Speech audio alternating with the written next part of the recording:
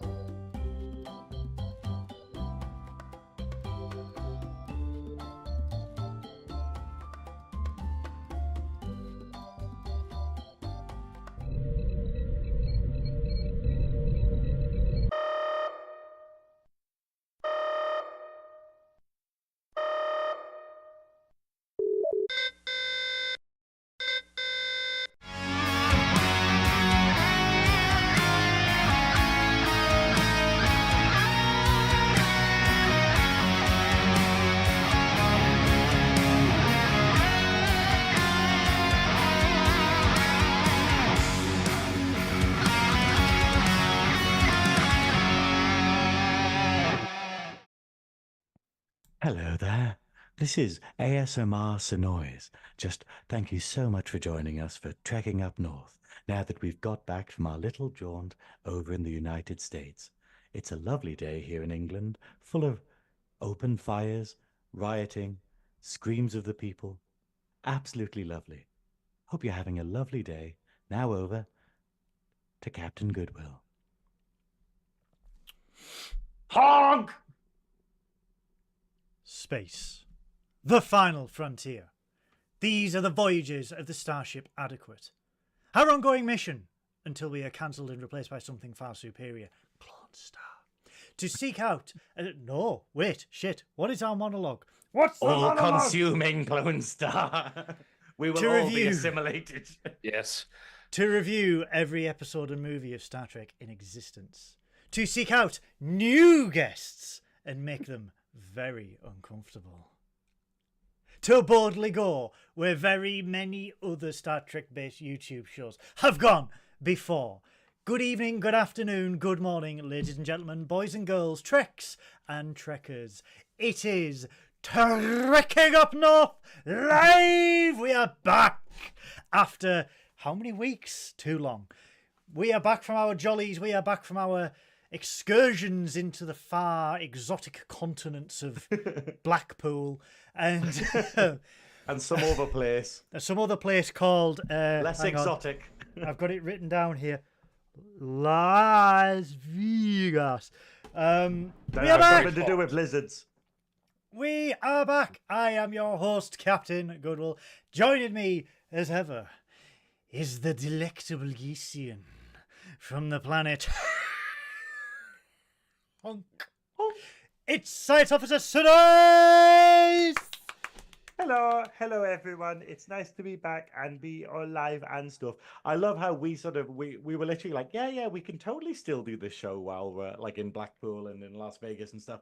Did we fuck? Did we actually manage to do anything? We got so consumed by especially STLV because joining us, fresh from his excursion to those colonies like we did, from the Clonestar Podcast, the man, the myth, the first Mike, it is Mike Overton from Clonestar Podcast. Good evening, morning, afternoon, and all of that, chaps and folks and ladies and everyone else in between. Honk! It's lovely to see you. This is your debut on Trekkin' This Up is my North. debut. Is it? No, you've been on No, before. what? Yeah, I've been on the Have show you? before. Yes, you've been on. It's your solo debut. No, This is your solo. Yeah, your solo is the- album. This is the first time you've been on the podcast after the therapy you acquired from being on Yes. the first time. So it's like a clean slate, really. You know, you're like, Therapy I don't for putting remember up the with you for a memories at week. all. Yeah. How are you doing, Mike? I'm recovering slowly but surely. Slowly but surely. We are also recovering because before we went to STLV all the way in Las Vegas, Nevada, me and Synoiz hosted our very first Trekking Up North live at Destination, the unofficial Star Trek convention at Norbert Castle in Blackpool. And I would firstly like to thank Global Comic Con for allowing us to say what needed to be said on stage in front of literally tens of people about what we thought about Keiko O'Brien and Star Trek. However, I'm so pleased. I'm literally like that is off the bucket list now. I literally sort of went through the Keiko O'Brien conspiracy theory in front of it, like because the thing is like we kind of had the best location out of everywhere because we had everyone who was milling around the stall. So all these poor bastards who were just looking to buy stuff had to listen to our nonsense. Rather than having to specifically buy a ticket and want to be there, we got like people who were just trying to buy like tat, basically just being like, "What the hell is this?" You know, like Keiko O'Brien. Yeah, if you guys haven't seen it yet, please make sure to check out the video that was uploaded today. Trekking Up North to Destination, the unofficial Star Trek convention. All the segment is uploaded on there, apart from the little brief technical issue at the minute where I got up, I was dead nervous, and I just went, and then Synoiz just went, "Your mic's off!" And I was like, space. Seamless. I just Such a you know you're a professional when you leave your mic turned off. Yeah, because no one wants to hear me. I Yes. personally just want to thank, obviously, the organisers for allowing us to do it, the wonderful audience for being there, and for Kirsty for frantically signalling for 20 minutes for me to close my legs. Well, 'Cause no, I was yeah, unintentionally giving the graduate while wearing a dress. She frantically tried to message you like verbally because she was like, yeah, I was sitting but there then being she like, looked I at don't me. know sign language. but then she looked at me and she was like, and then I thought, am I like pigeonholing here? What's going on? And I Yeah, kept and looking here's me down at just- my crotch. Here's me Yeah. just spreading, just I'm wearing a dress with a jeans. slit, just Yeah. spreading. I'm wearing jeans and I'm like, am I exposed? And then she's like, no, it's that noise. And then I look over and there is literally the velvet snatch all exposed. And I'm like, After oh, that yes. weekend, it was more like the Velcro snatch. I'm going to be Well, honest. But, I do want to give a shout out to one specific stall, Clapperboard Candles, that was at Destination, because I bought candles. I bought a candle. yeah. And for anyone who doesn't know, that looks like an unassuming candle. And the scent of the candle is marshmallow and white something. Chocolate? I think it's white chocolate, yeah. So it's Does an it go- unassuming candle. It's an unassuming candle. You go, oh, that's it's a nice little candle. But wait, this is no ordinary candle. For this is the Dr. Beverly Crusher candle. That's right. Candle slag is real. You could smell like a candle slag. So, And for the first time in 2 weeks since buying it, I'm going to light it. no, but Yeah. what happens if you? What happens? Are you going to turn your camera off when a Scottish ghost appears to make? No, love to you? I'm going to get penetrated live on air by an Wow, antiphasic beam. That'll get the views up. Oh, it's not lighting. We interrupt this broadcast for anyway. Yeah, that's it. Didn't like that candle. I'm lighting it. It's taking a while. There we go. Oh. Ooh. Have you been reading a particularly erotic chapter of your grandmother's journal? So on a It's more candle like- note, it's on more a like genuine a candle note, I've come Yeah. across some cracking candles recently, which Wow. look like a very expensive name brand that we're not going to mention, but they cost a whopping $3.99 from Asda. Ooh. Wanky candles. Is it? Yes. Is it Atlantic? Is it the opposite ocean to Atlantic? No, yes, it is. Yes, it is. Yes, I love Yes. those candles. Yes. Yes, this one is sugar plum pudding, and Yes, I've got my that one. office smells like at the moment. It's lovely.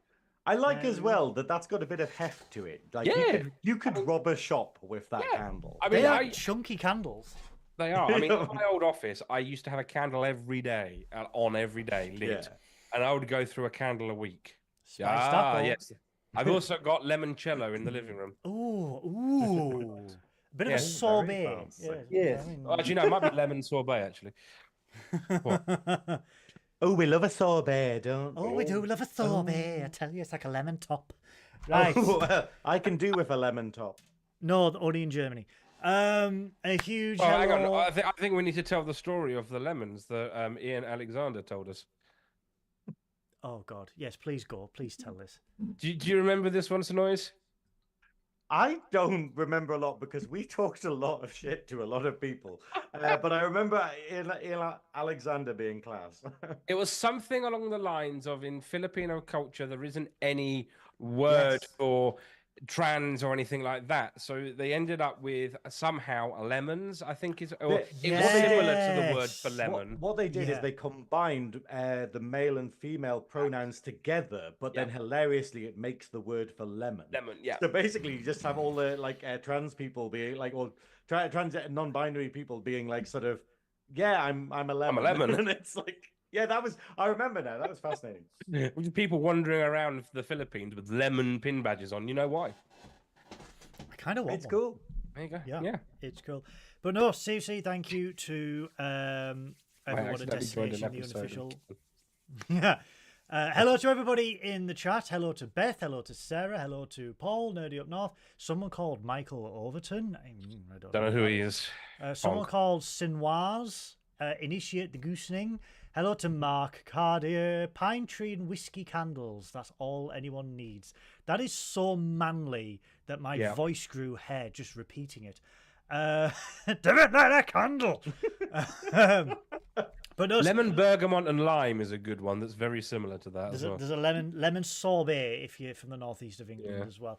Thank you to Destination, the unofficial Star Trek convention. Thank you to Jamie Gallagher, who helped in a time of crises before we went on stage a few days before. I think my favorite thing was watching him because he stood for a fairly long while during ours, which is more than most people watch us, like behind the actual audience, just you could just see the regretting his life choices on his face while we were talking. Him just sitting there, be like, "I'll never work again." You know, it was the sound guy I felt sorry for because I could see the life draining from his eyes as the more we went on, especially the Keiko O'Brien, because even he was looking at going. He was literally nursing a revolver by the end, being like, "Maybe today, Sue. Maybe today, Betsy Sue." Hello to Ellie Littlechild, who was also at STLV with us. He was indeed. My flight buddy. The flight buddy. But yes, we are here to discuss our adventures at STLV, which I can't believe it was over a week ago now. It's after time flies when you are not having fun. But this was all of ours collectively, our first American Star Trek convention. And I didn't know what to expect when we went there because Star Trek Vegas or Star Trek Las Vegas or whatever it was called when it had a license, when it didn't have a license, it was always the event, the Star Trek event of the year. There was Destination Star Trek in the UK, which is now Destination, and then there was Star Trek Germany, Destination Star Trek Germany. But STLV has always been regarded as like the place for all Trekkies to congregate. It's like a pilgrimage every year.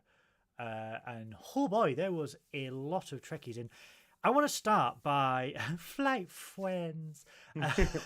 I want to start by proving my cab driver wrong that I had in Las Vegas. Because this dude picks me up from the hotel to go get my rental car after flying for 30 hours. Thanks, Virgin. And Why also, did your flight not go to plan, Captain? Well, Mike. Well, Mike. For a virgin, they really fucked us. That's all I'm gonna say. I think this was Branson's revenge because we slagged them off on Trekking Up North last year. There you go. That sounds like a game on the Super Nintendo. Do you remember the Branson's episode? Revenge. Do you remember the episode of Strange New Worlds where they went to that higher evolved beings and there was like a portal where you can connect with them and they were just like, "Please hold." We nicknamed them the Virgin Medians. And I think that's why our flight got hooked over, because they went, oh, yes, in 2023, this episode of Strange New Worlds, you called us the Virgin Medians because you made us wait. Well, guess what, fucker? You Have fun flying for 30 hours. Bastards. 4 minutes to travel through an airport. Sure, why not? But I got into this cab because I was going to pick up my rental car down the road from the airport. And he was like, oh, so you... He was easily from the East Coast. He was one of these East Coast boys. And he was like, yo, so you're in Vegas for something or what? And I was like, you want titties? We got titties. I'm here for... I'm here for a convention. The opposite of that. Yeah, he was like, I'm here for a convention. He was like, oh, what convention is that? I was like, oh, the Star Trek convention. He was like, people still watch that shit? Oh, man, it must not be popular. Must not. Who the fuck watches Star Trek? Man, I watched half an hour one years ago, and I was fucking bored to fucking tears, man. I tell you what. And it was absolutely shit. I don't think that's going to be a busy convention. And we got to the convention on the afternoon, and whew, there was a lot. I love that. Driver, please crash the car. Yes. please drive off that bridge. Yes, thank you. I'm getting a rental car so I don't have to talk to you anymore.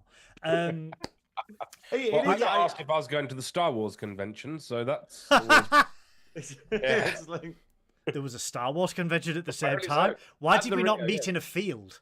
Yes. Oh, we should have done. We should have had a fight. Bit of Duel of Fates and We totally fucking win because they just have like shitty plastic lightsaber replicas. We've got batleths. We've got like Klingons who are like, I actually have blades. $20,000 solid steel. Yeah, Yes, I'm going to fucking kill you. Yes. yeah. But yeah, so I'm pretty sure that we proved the cab driver wrong with STLV this year because, oh boy, it was packed, especially when it got to the weekend. Saturday especially was very busy. It was... There was enough space that it kind of masked how many people were there. But when you saw it in context, you were like, Jesus Christ. Because I was like, oh, it seems a bit lighter today. And then you just went, oh, it's because there's a massive talk on in the main room. And then you go to the main room and you're like, oh, hoo boy. There's 4,500 people. here. Yeah, it was like an aircraft hangar in a hotel. I was like, what do you... Is John Travolta's jet just reside here every now and again? Because it was so huge. But it was... Yeah, it was very different to most conventions I've been to, where the actors and the production people who worked on Star Trek, they're always behind a desk and you can't talk to them unless you paid and you come up. But we were having full-on conversations with stars of Star Trek, with production people, with designers, and it was just so refreshing to be like, these are just humans, and we are just having a normal conversation with these people about what they did and about themselves and stuff like that. And it was very refreshing to be at a convention where it's just like, I'm having a conversation with Todd Stashwick. I've just heard Marina Sirtis use the C word. It's absolutely... It was wonderful. It sort of puts you at ease because you get very nervous. And I don't know about you two. I get very nervous and very intimidated when I see people that I have seen all my life, I grew up with, watching on TV. And you're just like, hi, it's Jonathan Frakes. But then... you talk to these people and they're just like us. They're just normal human beings. And you can just have normal conversations with them. I mean, Graham, when we went to... I think this is one of my highlights of Destination. Who didn't I have a conversation with Well, is the problem. this was one of my highlights of Destination, apart from being on stage. The full-on conversation we had with Armin Shimmerman. And just how... surreal it was just to be just sat there just having just a normal conversation with this man that we have revered for like 30 years, and he's just like, yeah, we do this, blah blah blah blah. And then the same with Todd Stashwick, we did the same with Terry Matalas, and you just think like, these are like huge people in the Trek world, and they're just like, yep, I'm just here and having a conversation, and it was very surreal for me. It was also great to to get a glimpse into like the reality of things, because a lot of the time you put people on pedestals and go kind of like, hey, it must be amazing being this thing. And then it was the amazing thing about Armin Shimmerman was when we were talking to him, he was very much like, oh, I've been so lucky. I've been so lucky to be this place at the right time, and no one else applied for that role, and I got Yeah. it. And you're like, have you considered that maybe you're just actually brilliant at what you do? And then realizing that there's this level of imposter syndrome with this hero that you have. In fact, at STLV, we saw the talk with Doug Jones. And Doug Jones had a big segment of it where he was talking about how he still suffers from, like, this is Doug Jones. Like, Monsters Up North this Monday just had a special entirely about him and his career. And he was on stage talking about how every job he just goes, okay, this is the one where they're going to fire me. They're going to send me home after like a couple of takes and go, we made a mistake. You're not the right guy. And it's that kind of, and it's comforting to know that these people who you look up to have the same fears and the same sort of realities that we do. And it kind of broke down the wall, and it was wonderful that the people at both these conventions respected the actors. They weren't like sort of like, being too crazy fanboy with them. They weren't being too sort of like clingy or whatever. They were just having civilized conversations. And yeah, it was so beautifully like, I've been to conventions before where there is no respect whatsoever. Yeah. And then it's totally different in the Trek community, because these were my first Trek conventions. I was like, wow, we are respectful and kind people. There's a reason why every actor pretty much says Star Trek has the best fans, which is true. I just wanted to point out that if anybody wants to listen to that Doug Jones podcast, it's the Gratitude and Growth podcast with Sarah Mittich. It's on her YouTube channel. I will put a link to it in the in this chat, but it's definitely worth a listen because it's a great podcast. Yeah. She has a great voice. She's really charismatic. Can we just talk about Doug Jones?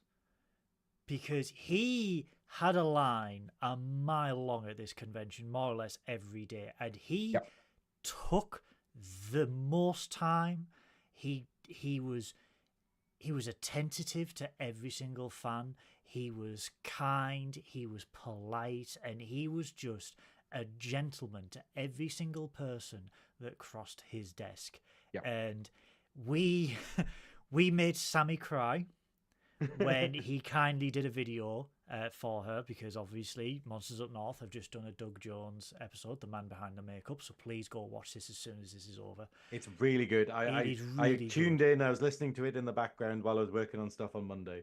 Yeah, it is really, really good. But he didn't have to do that, and he was just like, yeah, let's do it, let's go. And he is just, you're talking to him, and he just has so much love for fans and for just people in general, that it was so heartwarming. And I think with Doug Jones, he's one of those people where you could be the most miserable person, but when you leave after talking to him, you are just full of joy, because he does that. He just imparts his joy onto you, and it's beautiful. What I said to someone is that Doug Jones, the feeling that the emotion that I get from Doug Jones is just gratitude. Like he is just so incredibly happy to have all of these things that he's got, and to be able to have the life and the career that he has, and to be able to chat there. And there's something about it brings you joy knowing that this person that you're talking to is really happy to see you, and happy that there's people queuing up to speak to him. And he's so tactile. Like he's literally sort of like, oh, can I touch you, kind of thing. And then he's like sort of puts his hands on your cheeks. He's kind of very. And then he's like, grab my leg. Okay. Yeah. And that's the thing. It's like it's the idea of, it's just this kind of, hey, you're feeling a bit shut off and a bit sort of like, oh, they're there, I'm here. He's very much like, I will just shatter that immediately and make you feel like you're part of this, and not in a bad way, not in a kind of invasive way, but in a just, I don't know how to describe it. He's just an absolute lovely gem of a human being. I'm choking on martini. Sorry. Okay. I think anybody I've ever spoken to about Doug has always said he's the nicest human being on the planet. Which I wholeheartedly agree with, and same goes for David Benjamin Tomlinson, another one of the nicest human beings on planet Earth. I was very fortunate to get a snog off both of them, so I will definitely take that as a win. Oh, I have the photo to prove it, so there's no lies. Put it in the snog book. Yes, definitely. it's But yeah, just it makes you feel at ease. Because like you said, there is a degree of intimidation at these conventions when you go up to these people, but Doug he treats you like you're one of his family. Yeah. And he just makes everyone. I'm choking up on martini. It makes you feel loved, and I think Trekkies are the best fans, but Trekkies can be the most loneliest of people. Oh yeah, and for someone to take the time to make someone happy the way that Doug does at these conventions, it is worth more than any autograph or anything like that. Like the one thing I will probably treasure from STLV is the conversation I had with Doug and the way he made me feel and what he did for Sammy. Because he didn't have to. He could have charged for it or he could have said no. He just did it. And it was just wonderful. This is my first martini in 2 weeks, and it is killing me. But your body is adapted. Your body can't deal with it anymore. Resistance is futile. No, but Christopher Lloyd was there as well. Hold on, about Doug Jones, I just want to say, obviously, like, you know how you have all the trailers and the adverts in the entire world that basically make you want to go and see a film? Nothing has been better advertisement than seeing the promo photos that you could buy for him to sign on his desk for Nosferatu. Like, literally, just seeing these pictures of him as, like, sort of Count Orlok. And I was just like, I have to see this film. And it's just a static image on a table. And I was like, I have to see this when it comes out. This will be the greatest thing ever. And I'm just like, they're wasting money on trailers. Just show Jug Jones. Jug Jones is a porn star. That's when. That's. Jug Jones. God. What happens in Vegas? But unless it's an STD. But we also had Christopher Lloyd attend the convention as well, which I mean Doc Brown. I'll be honest, like Christopher Lloyd was fascinating in his talk because he's fairly old now. So it was when he was actually doing his talk, it was a bit sort of like heartbreaking to kind of have him taking a warm up. Like, you know, it was like about sort of 15-minute warm up until he kind of got into like speed, and then he was like doing that, and you were like, whoa, it's kind of scary seeing your heroes getting old. But he was great once he was warmed up and like stuff like that. And I do love that this is just for me, this is personal joy, is the amount of famous celebrities who just gawked at me being in drag and stuff. And Christopher Lloyd was one of them. Whereas walking past, I was like looking on the other side where they had all the DS9 actors, and then Christopher Lloyd just sort of looks at me just like going, and I was just like, yeah, hi, you know, Christopher Lloyd, you famous fucker, you know.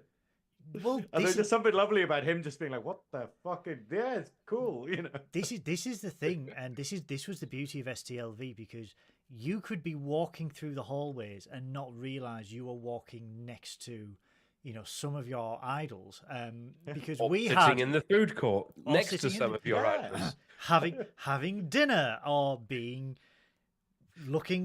eating a burger next to Jeffrey Combs. And it's quite funny. So Captain Goodwill was sitting at the table to hold it. I'm queuing up for my burger, and I'm turning around and I text him going, "Look to your right," and next to his right was a sushi bar, and there was Nicole DeBurr, and then all of a sudden I'm going, hang on a second, look to your left. Is that Casey Biggs? Yes. And then Jeffrey Coons sits down next to him. It's like, oh, okay. And then all of a sudden Aaron Waltke comes in and joins us at the table, which is always a laugh. The runner of Star Trek Prodigy, and we are just sat, and we didn't even talk shit about Star Trek. We were on about food, flights, and just shooting the breeze about everyday stuff. And I've sat there and I put something on the Nerdy Up North group, and I was like, I'm having dinner next to Jeffrey Combs. My life has officially peaked. I can die peacefully. Because it was just the most surreal situation to be in when you're doing that. But then when we were walking... What was it on the first day? The first day on the Friday? Yeah. The Thursday? Yeah, you tell it. We were walking down the hall. I think we were going to the Lego room. And we were As you just do. talking. And then to the left of us, walking almost like parallel to us, John Delancey. Q himself. Wait, it's the fact that we were having a conversation and then this voice chimes into the conversation. And then we turn around and it's like, it's fucking John Delancey. Or we just end up having this conversation with him. And like, usually it would be like a sort of, oh, cool, okay, I have to go kind of thing. But he stopped because he was like, where are you in England? And we're like, oh, we're from the north. And he was like, the north? Oh, do you live anywhere near Durham? And I was like, yes, that's right next to us. And he's like, oh, I have family in Durham. And we just had this conversation. And then and obviously his handler was just kind of like going, okay, cool, we've got to, and then he goes off. But it was fascinating being able to give one of our business cards to like John Delancey. Like that was the scary thing, being able to advertise our podcast, even though they're probably going to look at it and go, hey, I'll put that in the pile. But it's more the idea of we had the opportunity to do that was brilliant. Okay, what your favorite Star Trek movie and why? Probably Star Trek 4, actually. Anyway. But it was... So yeah, and it's just like we sat there and we're just like, we just had a conversation with John Delancey. We've just spoken to Q. And it's just it's insane. Were and you the there when amount I of got times to, it happened. Were you there when I got to speak to Robert Picardo in the same way? No. I think it was just me and Scott, because I made a wonderful friend called Scott. We met Robert. No, we didn't. No. Sorry, I'm thinking of Robert Duncan McNeil. No, go on. Oh no, but what is it? The same thing happened where we were basically walking somewhere, and then he was just alongside us and stuff, and we got to chat to him, and it was quite good because he was. I don't know if I can say this, but he was basically saying like, he's a little bit nervous about Starfleet Academy because he hasn't done live action Trek in decades now, and he's like, okay, I'm gonna take a bit to get back on the boat, I guess, but back on the horse. There we go. It's going to be very interesting. It's just fascinating. He was so funny though. Like, when you just when you see him on Instagram and stuff and TikTok, and he's doing all these funny videos out and about kind of thing, but then you're literally there seeing it in the distance, him filming a silly video with someone who's in a costume or whatnot. Because there was someone dressed as a Horgon. There was literally someone dressed like, they had this sort of brown sort of, what do they call, the Zeta suit or something, Zenzai suit or something. It's one of those form-fitting sort of bodysuits kind of thing. But then with this massive, like a morph suit, but they're called something else as well. But and then this massive Horgon head, and he was just filming a video with this guy, and it was weird going, that's going to appear on TikTok, that's going to appear on Instagram, that's weird. It was the fact that Mike high-fived Todd Stashwick in the hallway. That was just... We were just walking, so good. and it's funny that he'd just come out of the loo. I went, Todd, think fast, high five, and he high fived me, and I'm going, and his hands are wet. And I'm wet now. I'm never washing this again. I've decided I'm never washing the face again after the. Never wash, Mike. I do have a dilemma though, because in the same room was Anson Mount and Todd Stashwick, the two most handsomest men in the known universe. I don't know how the fabric of space-time contained I was going to itself. say, I don't know how reality survived. Because I will say this about... I will say this. I'll start with Todd. That man has the most piercing eyes I have ever encountered in my entire life. Like, that picture right there does not do it justice. He could stare at you and he will see straight through your soul. They are so crystal clear, and they are just piercing when they look at you. But then Anson Mount arrived on Saturday, and it was just a massive question of heterosexuality for me, because it was Mount's Come on, join the club, Mike. Join the club. It's getting there. Mount as a verb or a sort of instruction, maybe. It's getting there. I should have supplied him with my Due South pitch. I should have done the Due South reboot with Anson Mounty. We can do it. I think you're gonna have to pronounce that as due south, like just to Due. stop confusion, because DEW. due south is a very different version of it. I think. We need a reboot of Due South, and Anson Mounty will be the lead. He will be Benton Fraser. I will make it true. I will say something. I did, while I was walking around, I did make my usual joke of, "Oh, Anson Mount me," and then kind of like was like, and I think Christina Chong was like nearby. And luckily, I don't think she heard. But you know this thing where you're so used to just talking bollocks on a podcast on the internet, being like, "No, these people are never going to hear any of this," and then you're just like, "Oh, Jesus Christ, yeah, actually, yeah, know the tone for the room," and it's like. And it's very much like this idea of going, yeah, that's actually a horrible thing to say in public, because he probably gets a lot of unwanted attention. So, Synoiz, when are you going to let everyone know that you now have a restraining order of 12 miles around Anson Mount? I didn't get close enough as it was. I didn't. Do you know what? Actually, I didn't actually see Anson Mount. I missed the panel he was on. And I didn't actually see him at all at his desk at all. Like, I didn't see him at all at the weekend. I did. Which is probably for the best, really. The line for him, actually, to be fair, the line for him, for Ethan, was huge. Because it literally went all the way down past Hero Within, past, I can't remember the name of they do the denim jackets that was next. Volante. Volante, yeah. And it literally was like all the way down there. So it was a blimmin' great long queue. But yes, he's another person that's just such a nice human. Very nice human. I think all of them were I think every single person there was absolutely lovely. Like even the people like it was so much love and so much, and the fact of the fans was so wonderful. I know we're talking about the celebrities. I know we're talking about the fancy celebrities we met, and that's great. That's cool. But it was the fans because I talked to everyone. But wow, the amount of the first I'm hearing of this, Synoiz, that you talk to everyone. I had no idea. Synoiz, we're going for lunch. 3 hours later, Synoiz, we are still wanting to go for lunch. We just split it. We just had to split up because it was the fact of, you were kind of going, hey, we need to go here and we need to do this. And I was like, cool, I'll come with you. And then walked like 3 steps and got stopped by someone being like, hey, could we have a picture? And then I end up talking about Star Trek with them for like half an hour. And you're just like, I'm just going to go. Okay. I'm just going to do the thing that we need to do. And I was like, okay, cool. I won't be too long. And then you get 5 steps forward and you're like, hello there. And then it's just like, Synoiz, talk to us about Terry Farrell. Oh my God. Okay.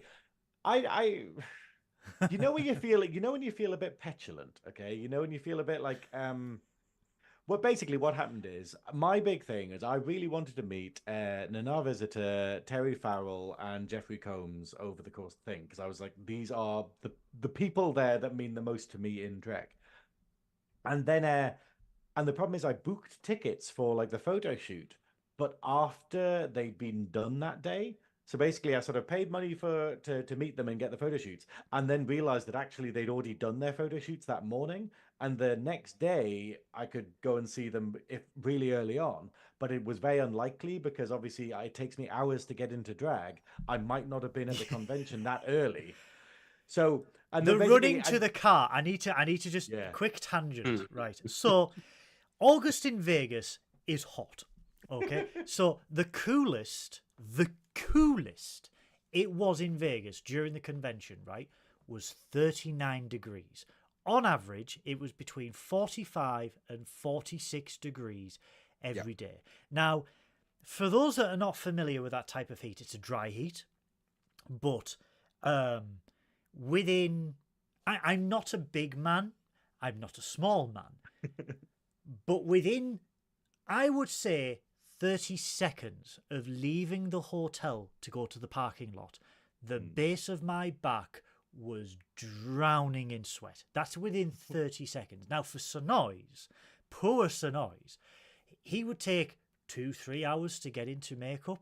He would then have to walk from his hotel to my hotel through the air-conditioned corridor and then sprint like Bambi on a fresh spring day to the convertible. Yes, we had a convertible.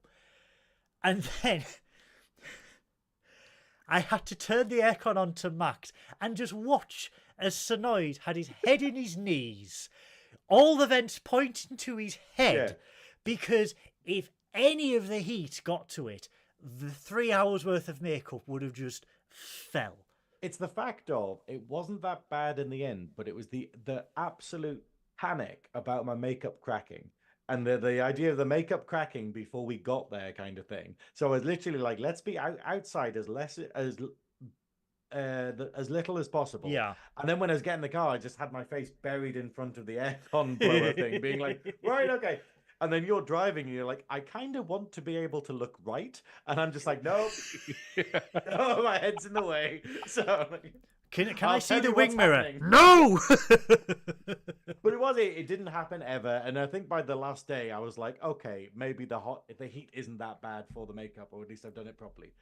But no, it was this mad dash. But that was the panic. The fact of I had to get up at 5 a.m. in order for us to get there at about like 9 a.m. because that's when it started. So we had to kind of be done, ready, dressed and stuff by like 8:30 in order to head to the other hotel where it was.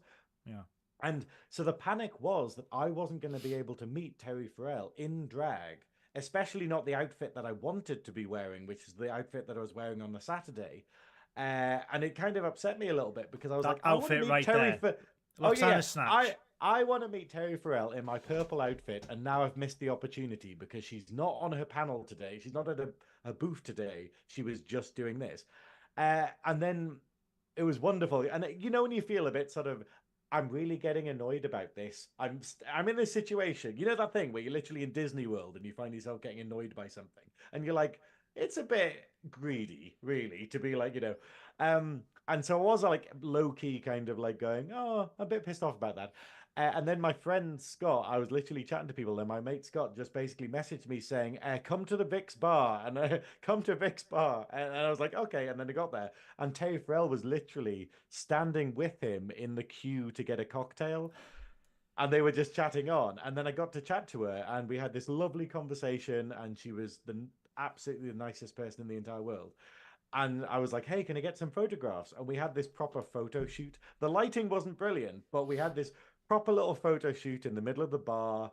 And she stayed around, and we had this lovely conversation about drag and about our podcast and stuff like that. And she was really nice. Like, she probably says it to everyone, but she was just like, oh yeah. Like, like, oh yeah, I'll take your card. We could totally do like, me as a guest kind of thing and all of that kind of thing. And I was just like, I assume it's just words, but it's the fact of like, I was like, hey, I got to meet her. I got to have a moment with her, which was amazing. Yeah. And then when I actually managed to pull out all the stops, get ready in time, and go to her, get the photo in the morning, she was like, oh, it's you. And then throughout the whole day on Sunday, the last day of the convention, we kept bumping into each other and stuff and being like, oh, it's you. And she knows me by name and stuff. And it was really fun. It was so special to me. Coming soon to Trekkin Up North, Terry Farrell. Imagine. Well, this is the joke. Like, what we were joking about is the idea of like all these other podcasts where they go, okay, we'll get a special guest on and we'll talk about them. So we'll go about, their life and like, oh, how did they get into acting? And it's all about them. Or we'll watch an episode that has you in it and we'll talk about it. I just like the idea of getting someone like Terry Farrell on and be like, hey, we're going to watch an Enterprise episode. So, watch this random episode of Enterprise and then we'll talk about it.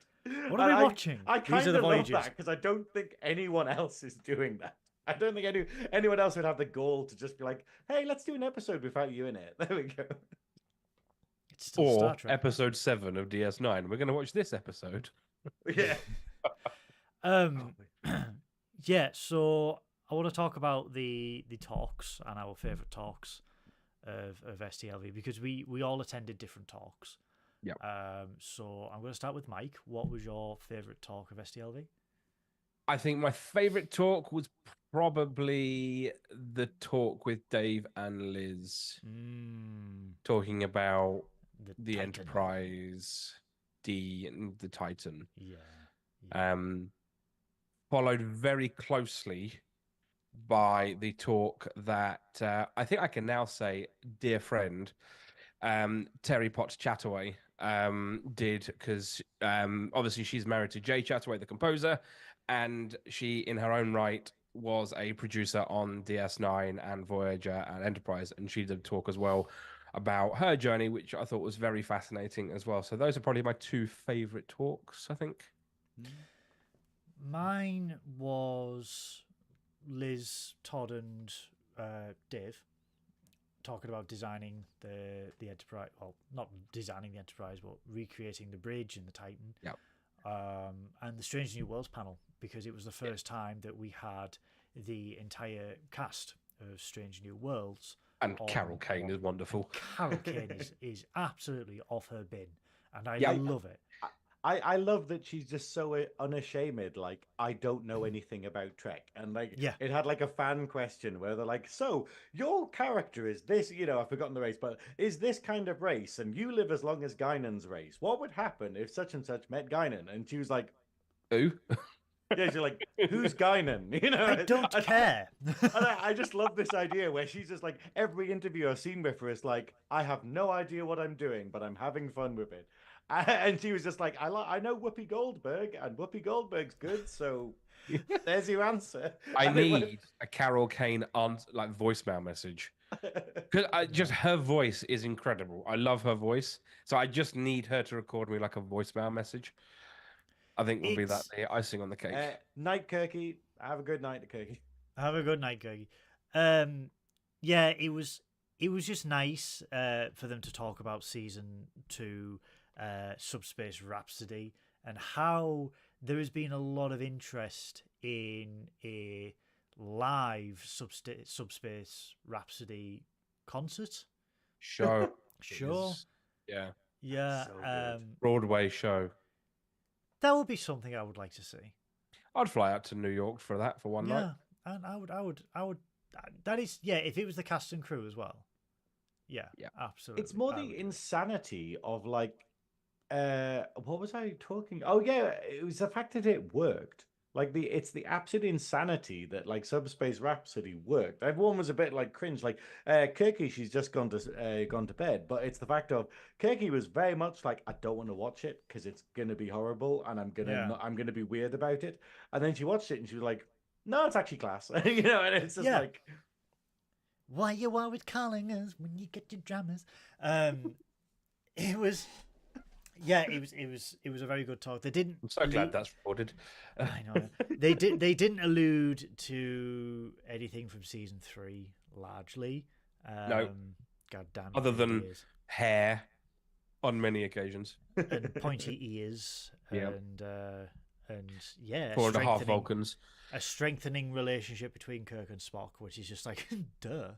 Where have I seen that before? Yeah. But there was a few other attractions at STLV as well. There was the Lego room, which I was particularly interested in, and I do have a reel of Synoiz. I'm not going to play it now. Don't worry. I haven't seen this. I haven't. I am not going to play it now. Don't worry. It's going to be one of the reels. But I do have a reel of Synoiz attempting to construct an Enterprise and failing miserably in building. No, yes. It was only certain parts were entirely the wrong. nacelles were backwards. He was reversing perpetually. So hang on, are you taking like like Voyager has moving nacelles? This Enterprise has reversible nacelles. Yeah, or it's just broke. But nah, mate, it's just fucked. Sorry. But, Or the Packleads built it, right? Okay. But I love the fact of like just how good Mike was, and when you see someone do something, like because Mike did it before me both times and was like really quick, and the guy was like, "Whoa, that's like really close to the best time we've got." Like it's like like you had to do it in under 2 minutes. The fastest time was like 1 minute, sort of 17 or something. And I got 1:20. Yeah, and that's it. And it was just like, whoa, that's really good. And I literally was watching both times, being like, I can do that. I can do that. And could I fuck? It's the simple answer to that. So there was the Lego room. There was the vendor's room, obviously. Yeah. We haven't even said what the challenge we're talking about is in the Lego room every day. They had a little mini speed build, a mini ship. A speed build of a mini ship, and it had like a Klingon bird of prey. It had the Enterprise. It had Voyager. No, it was. Oh, was it? It was the 2009 Enterprise. Then it was the NX-01, and then it Okay. was Discovery. Right, okay. And there was a Vulcan, then there was a Klingon ship, but that was the day we missed, I think. Yeah, that was Friday? Saturday, I want to say, or was Friday? No, No, Saturday. I think We did I it think was- Friday and we did it Sunday. No, we did it Thursday. We didn't do it Friday, and and then it was like Discovery and Voyager. Yeah. But either way, it was Went like back to Discovery, did we? We forgot. but it was just a fun little thing, and you're just like, whoa, Trek goes all this because there was an art gallery as well where it was showing all this amazing like Kavita's work Trek is incredible. art. Oh, It was a that silent auction as well, so it was an art gallery / silent auction where you Yeah. could purchase the pieces, and some of the prices that there were.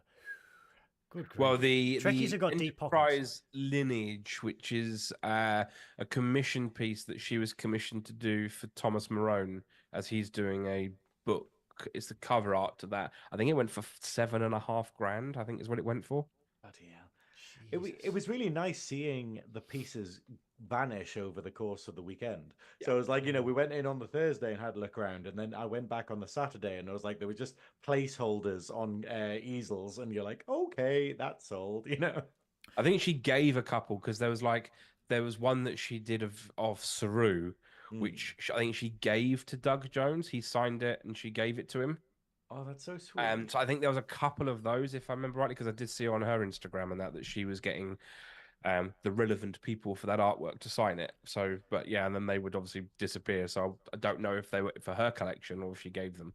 I like the sheer cheekiness of some of the vendors where literally they were like where the figures, like this was a destination as well where it had the action figures and they had stickers saying "Get me signed," because they knew that person was there. So they were like, "Hey," And they it's a stick an figure extra of joy. nought on the end of the Yeah, price. extra naught. Yeah. Yeah. Not one was a lot Keiko of that. O'Brien though.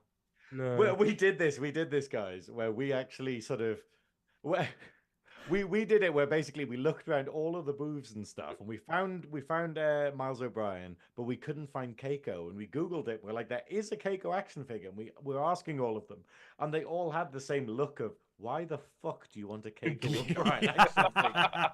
And we slowly realized that's why it's fairly rare, because nobody No one wanted a bought it. fucking Keiko. Or there's just a warehouse in China with 100,000 Keiko O'Brien figures in it. We need one because we are going to introduce a bit where Keiko gets to just ramble about all of her evil atrocities over the Star Trek timeline. Speaking of giving stuff away, or handing stuff away, or purchasing stuff away, They're on eBay. Sorry. there was a couple of acquisitions made by you two. Don't know what you're talking about. No, I can't possibly No. remotely think about what it is that you're referring Oh, to. I think you both do. I think you both do. And I think Mike's going to introduce his first. Well, I need to get the doohickey that comes with it. The Luckily, my video is cropped, so you can't see it yet. Yeah, that's it. Hidden away like a little A nymph. galaxy far, far. No, it is. Chateau Picard 2402. Yes, and it is from Saint Estèphe, which is the The winery they used for Chateau Picard. This is from, guys, Star Trek Wines Wines and- that had a stall at STLV, and they were so kind and so generous and wonderful to us that Yeah. we were able to acquire not only Chateau Picard 2402. We got the thing. We got the thing that we've been talking about so much because I literally want to talk about how kind they were to Yes. do this and allow us to acquire it because like we were talking on the podcast about like we need this. Now that this exists in the world, we need to order this. But then it doesn't sell to the UK and we were like maybe if we order it and get it delivered to like a hotel or something, or we order it in America, get it delivered to a friend in America who's going to be at STLV and get them to bring it around. But then people like Mark Cartier and stuff like weren't going to be there and no one else like had a residence. And then it turned out that like Joe wasn't going to be there. So we were like, oh, well. Shout out to Joe, thank by God the we- way. Hope you Yes, hope you're doing well. Yeah. But yeah, and so we were like, oh, bollocks. So we couldn't do any of that. And obviously we're telling them like, hey, can we order it to the UK? And they pretty much were like, No, we have no plans to do that because the amount of red tape and the amount of like, Well, I I think was talking to Howard, who is the guy that runs and owns it, and the issue was I think they did do it for the first couple of months that they were in business because their license is worldwide. But when they import into the UK, they have to pay.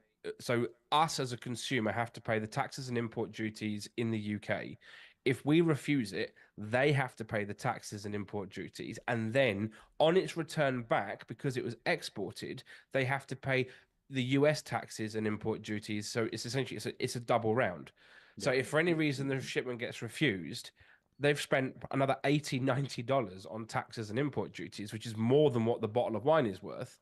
So Yeah. they just don't do it. That's also part of the reason why they don't ship to certain states, because there's certain legislation about taxes and import duties between states, Yeah, which is I mean, mad.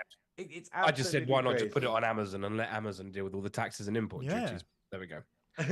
But after talking about it, we were able to acquire Canar, Canar with Damar.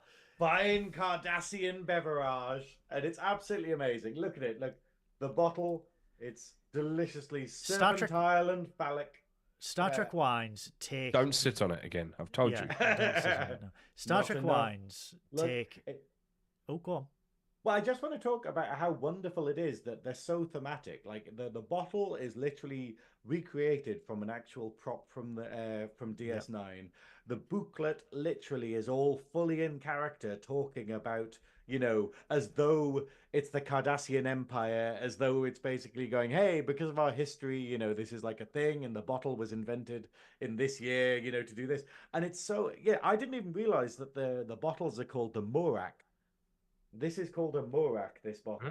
Oh. And it just, and it's absolutely fascinating. And I can't wait to drink some of it because it's still sealed up from the actual trip, because we basically wrapped tape around it to be like, please do not open in the suitcase. but Wrapped in we're 8 gonna- towels, 4 t-shirts, and a jumper. Yes. Exactly. It had a pair of jeans wrapped around it. It was in a jean leg wrapped around with one of my dresses sort of around the outside in a bag, I think. I was so careful. But it was the idea of just like, we're gonna have a proper sort of unboxing, so it is. So like maybe me and Goodwill at some point will be together in the same room and we can basically enjoy some Canar in the appropriate glasses, I think. Yeah. If only we IKEA. had Damar. IKEA, yeah. A Weatherspoon. Although you were saying, because the problem is basically like they were very kind and they allowed us to like acquire it from them, but then they were like, don't let anyone see you've got it, because everyone's going to want to buy it if they can. So just a little bit of context, what they did is they had every bottle on display, and then there was a QR code where you can order it at a discounted rate if you attended the convention. And they had so many bottles, and then they would ship it to you.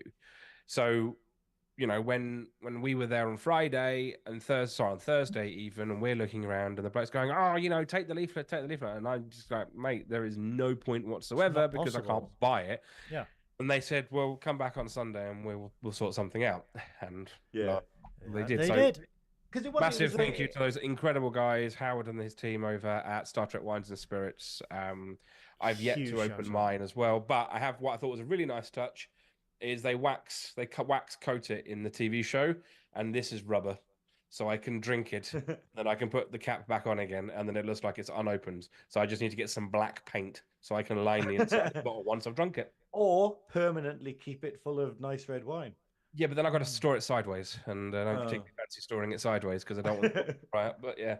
Sorry, I've literally just been messaged by Sarah, who's in Sarah Peach, with all of the eBay auctions for Keiko O'Brien action figures. There's actually multiple Keiko figures. There's one where black, where they blatantly reuse the body from something else. Yeah. But then there's actually one which seems rarer, but it must be from TNG actually. Oh, yeah. Anyway, but it was just so kind of them, because is there an emasculation? Is there an emasculation playset with Keiko and Miles? Where it's just like the props is just like a ball of like broccoli or something for Miles to eat. I just want an action figure where basically it's like a Keiko, but it plays sounds. So you basically press the back or pull the cord, and it just goes, "My husband doesn't drink coffee in the afternoon." Yeah, Miles would never do that. Which is one of my favorite episodes, which is that Miles O'Brien gets literally saved because his wife doesn't know him very well. And it's like a wonderful episode. Anyway, let this be hopefully we'll get that in the a download. lesson to everyone. Communication in a relationship is not always key. So, Yeah. Exactly. Captain Goodwill, did you acquire anything of interest at Star Trek Las Vegas? yes, COVID. Well, me too. Other than COVID, I love that I dodged Not- COVID. Like not on like, me. Sean's partner got COVID. You got COVID. Did you Yeah. get it, Mike? I got it. Ellie got Yeah. it. Yeah. I literally was just like, haha, superhuman fuckers. You know? I acquired, and I don't have them with me because I'm hideously unprepared. Me and Mike both acquired very exclusive Star Trek Strange New Worlds thermos mugs. Have you got yours to hand? Look at this. These weren't for So sale for the first 3 days of the convention, and then suddenly they were just like, "Yep, okay, you can have them." And we Yep, were just so we like, did. We "Yeah." made the most of that. Yeah, and they are fantastic, absolutely fantastic. They can keep cool drinks cool and hot drinks Yep. hot. They're really nice. Um, Like they're really well made. They Like, are. when you were showing me yours, Mike, I was just like going, "That's really cool." That it's you can literally just travel with this, and it'll Yeah. I mean, I thought at first because it's kind of like a matte white, and I Yeah. thought this was just like a vinyl sticker that had then been laser cut, but it's not. It's powder coated, and then they've laser cut the design into it, so you can dishwash it. It doesn't Yeah. damage, and then the inside of it. I would show you the inside, but this is a bit manky and horrible because it's a Diet Coke in it. But it's just a really nice thick white inside. So yeah, I'm not bad if I do say so myself. I also acquired some Clonestar t-shirts. You did. Uh, Yeah, so there was well, you got one Clonestar t-shirt. I got 2. No, you got one. Shh. The You got one Clonestar did, yeah. t-shirt, and you got a Mike Overton original. You did get a Mike. I did get a Mike Overton original. But you have just recently launched. Your When Clonestar. it will be in the next week or so. There. Sneak. I've given you sneak peek access because I need Sneaky someone to peek. give it the once over. But I also what else did I get? I cannot remember. Oh yes, You got a poster. I got. Yeah, no, I got 2 posters. I got 2 posters. I got. We need to talk about what that was for as well, Goodwill. Yes, we will. The first one that was kindly gifted to me from Mike number 1 was a signed blueprint of the Enterprise E from none other than John Eves himself, the designer of the Big E. And I am currently looking for a light box to illuminate it with. I don't think it's in this room. I think it's still in the suitcase downstairs. I am hideously underprepared for everything. But what we also received was a very, very lovely poster. It will be displayed back here once everything's like set up. From Letters for Legacy, who had a stall at STLV, and they are on a campaign for us to get Star Trek Legacy wherever they can air it. But they did this lovely Star Trek Generations mock-up where instead of Kirk and Picard, it was Seven and Raffi, I believe. Yep. And it was absolutely stunning. But Letters for Legacy, if you go on to X or Twitter, as normal well-adjusted people call it, Letters for Legacy, and be sure that you sign it, because Trekkies have a long history of getting what they want and letting Paramount know exactly what they want, and then Paramount just going la la la. What? Money? Why would we want money? Why is there a plane flying over Netflix? Let's not talk about Paramount not wanting money because we could be here for weeks. Yes. Very much like their licensing agreement. But we got talking to Letters for Legacy, and they very kindly donated us some very beautiful posters that will be displayed here once I have got the time to do so. But I do want to thank Mike for donating the signed blueprints from Johnny's, because it is stunning, and it's one of those where you can't just frame it. It has to be in a backlit frame. Yeah. Because it just deserves. It's very much like my Dave Blass signed Stargazer. It just deserves front and center attention. Other than that, though, I did purchase an Enterprise jacket from Hero Within.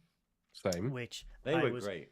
I was very surprised at the quality of the jackets. There were because our long-term friend of Trekking Up North, David Jones, who has been in both Strange New Worlds and Section 31, was after a jacket. So I had to video call David in Canada, run to the vendor's room, and then just these poor employees of Hero Within. I'm sat with a phone. I'm like, I'm not mad. I've just got someone from Canada on the phone. And we were going through, and I was just like, I'm really surprised at the quality, because you get Star Trek jackets. I mean, these are just like, they are what they are. And you get good quality, you get bad quality, and you get ones that really shock you. And I was really shocked at how good the quality was, especially the Enterprise jacket. Tony's jackets are fantastic. They are really well done. And the nice thing about it is he does his research. Some other people that I know that were also there that were selling jackets, not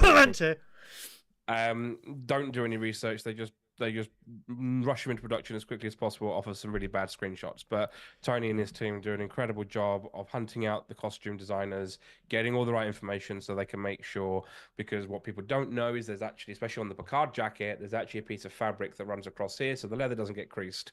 Yeah. He makes sure that is in his jackets, whereas a lot of the others don't have that. So you can see, especially on the cheaper pleather jackets, you can just see it's all creased and flaky and horrible. But with his jackets, they don't do that. So Tony and his team are within great. They make sure that the colours match. Yeah, 100%. That is very important when it comes to Trekkies. We like things to be accurate. We like the details. We love the details. Like, here's a little detail I was really annoyed about. So Fansets debuted some badges that aren't for general sale yet. One of which is Pelia's badge from season 1.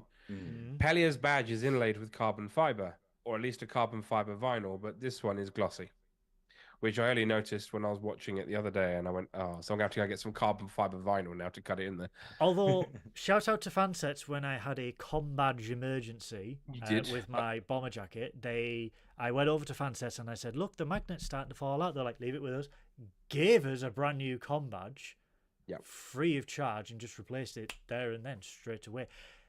We Trekkies love detail, and just getting back to the jackets, we love the detail. The Enterprise jacket that I've ordered is the gold command Archer jacket. Very, very comfortable. It's just a bomber, but it does have an NX-01 blueprint as the lining. But what I really liked was the Picard jackets. They just, I was very tempted, but unfortunately I didn't have the money. I sat there going, I've ordered one. I've ordered a pleather one, and I've now just found out they've just released a real leather one. Leather one. Yeah. I'm umming and ahhing about emailing them, going, "Can I pay the extra £50 and swap it?" We do love detail is key. Yes, detail is key, Beth, because no one really knows. If you look at my uniform, there are deltas. Little deltas, as there are in Picard season 2, season 3. But yeah, so Fansets were there and they were debuting, and we were asking about any future things because obviously I'm missing a pip.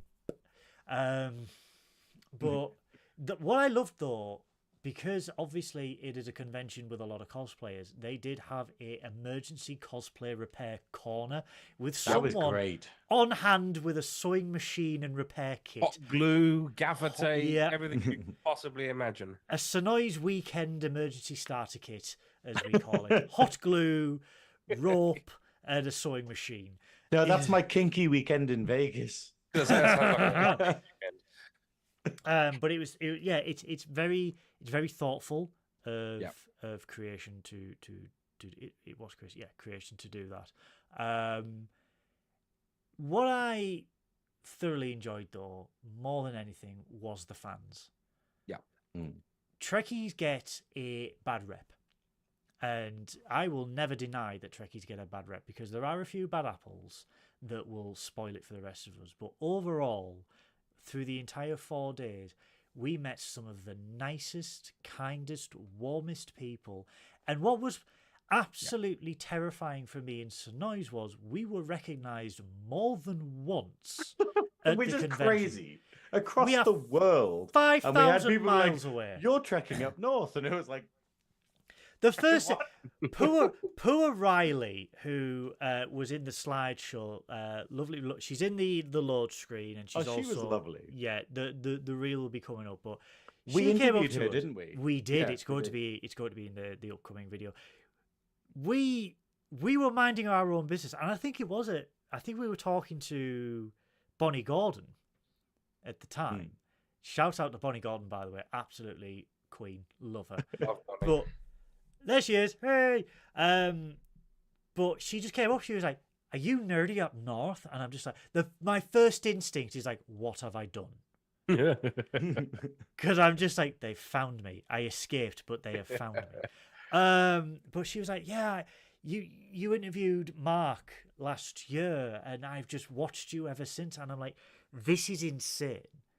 For us to be 5,000 miles away on the other side of the world at a Star Trek convention, and for someone to come up to us and go, "I know you. You are nerdy up north." It was a very surreal moment, and it happened a few times to us. Shout out to Greg from the shuttle pod crew who did the same thing. We're in the food court. He's like, "Captain Goodwill." I'm just like, "Shit, what have I done?"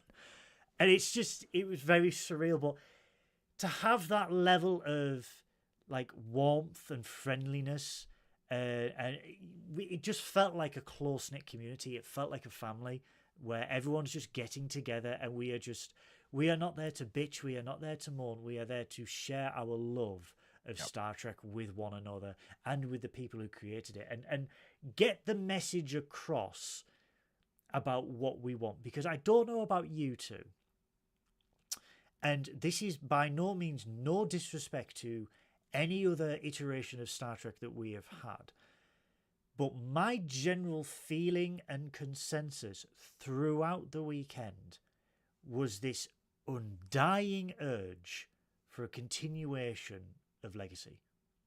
Yep. Of the Next Generation.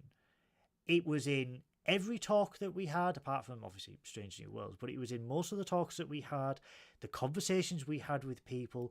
It was the eagerness of the cast and the crew to be like, "Hey, we want to continue in this universe, in this time. We want to make this for you." And it really took me aback, especially in what's called the second golden era of Star Trek at the moment, where we've had Discovery, Strange New Worlds, Lower Decks, Prodigy, and everything like that. The one focus a year later is still, we want more of this, please, because this was just everything to us. And the amount of people I saw wearing this uniform really hammered across. Like, I mean, this was only in like a few episodes of season 2, and then obviously season 3 of Picard, and this just hammered home. Everyone wants a continuation of the Next Generation or something in that era, because for a lot of people, especially our age, that is what we grew up with. That is our timeline, if you will. And it's not a slight on Strange New Worlds. We want more Strange New Worlds. We want more Lower Decks and everything like that. But the demand for more Next Generation era is still there and is not going away anytime soon. What I loved, though, was I loved seeing people who were like, older fans with giving Strange New Worlds love. Like the amount of older gentlemen and like older women who were literally there in the Strange New Worlds uniforms and stuff. Like, obviously, I think it was Destination. There was this guy who like was an older gentleman, but was rocking it as Pike. He was literally going, "Finally, a character I can like actually cosplay." He was uncanny. His hair, the jawline, the hair.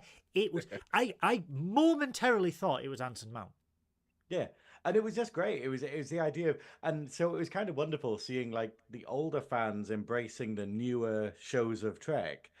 but then also seeing how many like young people there were who were just like, I'm gonna meet people from DS9, and you're like, okay, that's weird, like you weren't even incredible. born, Yeah, that was incredible. Seeing like 8, 9, 10, 11-year-olds still going to Star Trek conventions where, and they're not wearing Strange New Worlds, they're not wearing Lower Decks, they're wearing The Next Generation, they're wearing Prodigy, Yeah.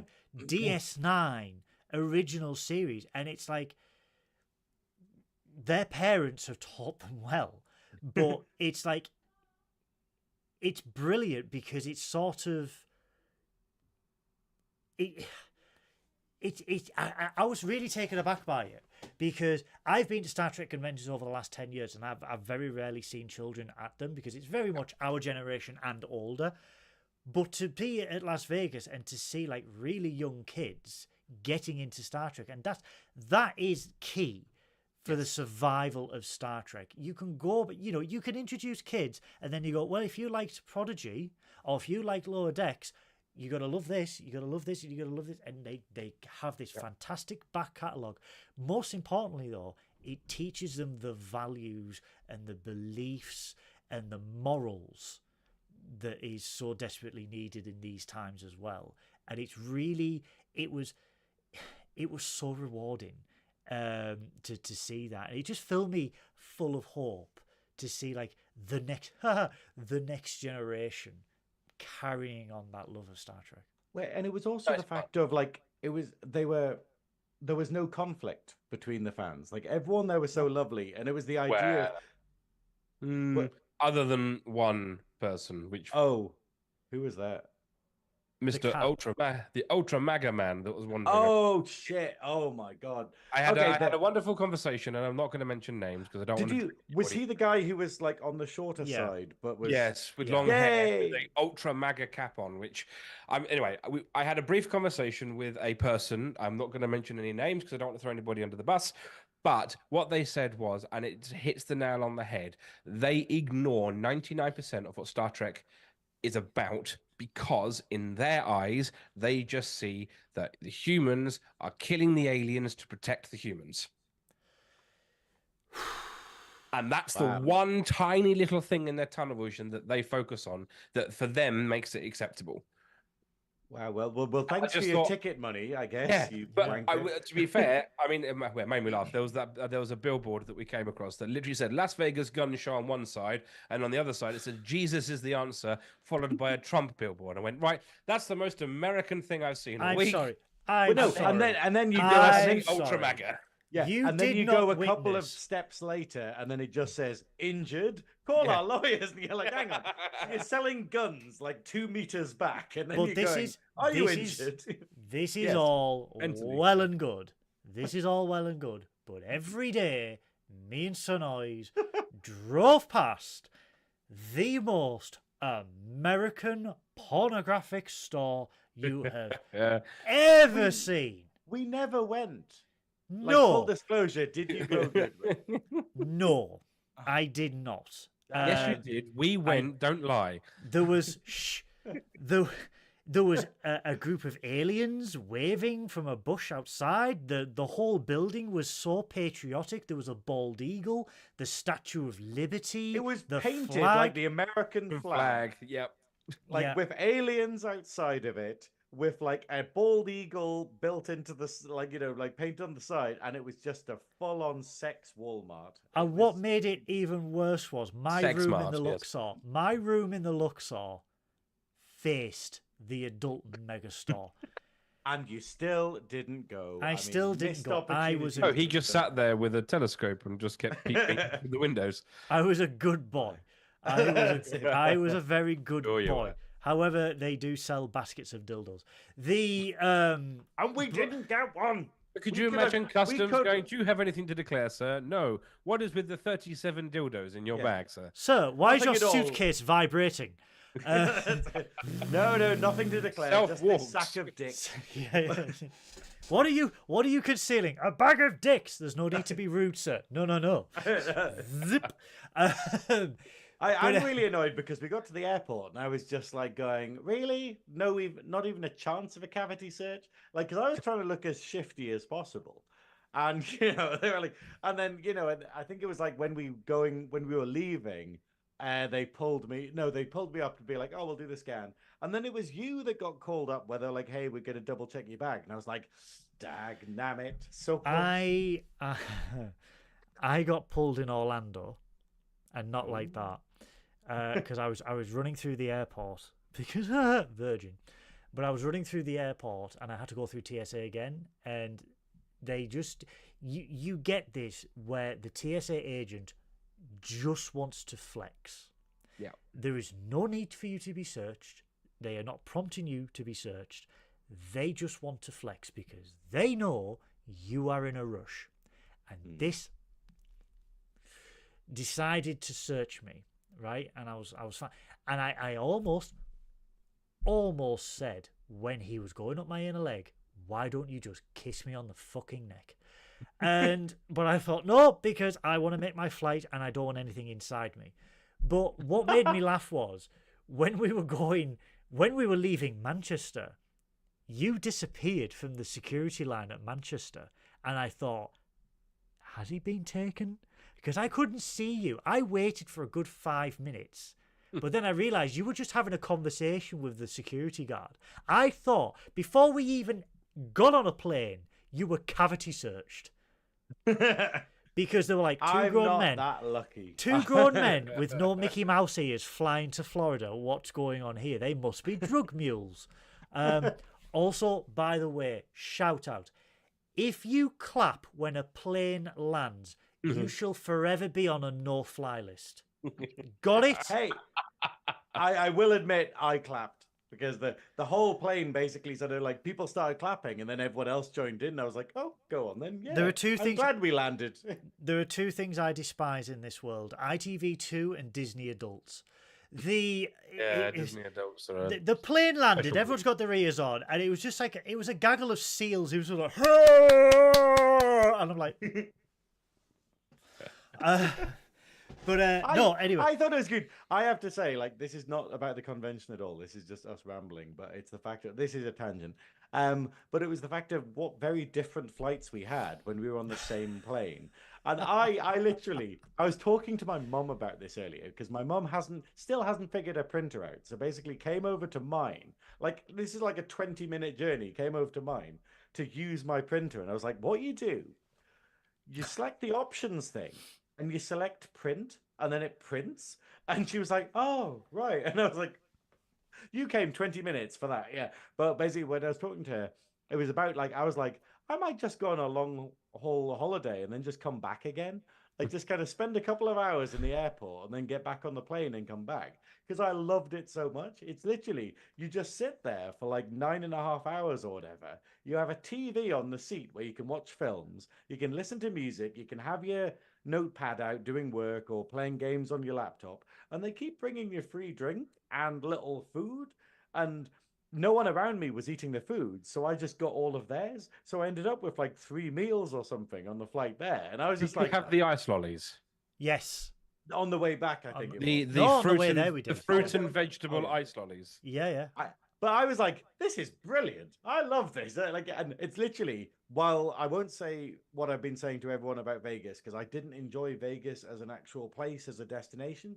The convention was amazing, but it would have been nice if that convention was in, I don't know, Blackpool, Brighton, somewhere else, or whatever. But it's the idea of like the flights there were a highlight of the trip and then back. And then for Goodwill, you had the total opposite because you literally were just like, you were like, I hated every moment of this trip.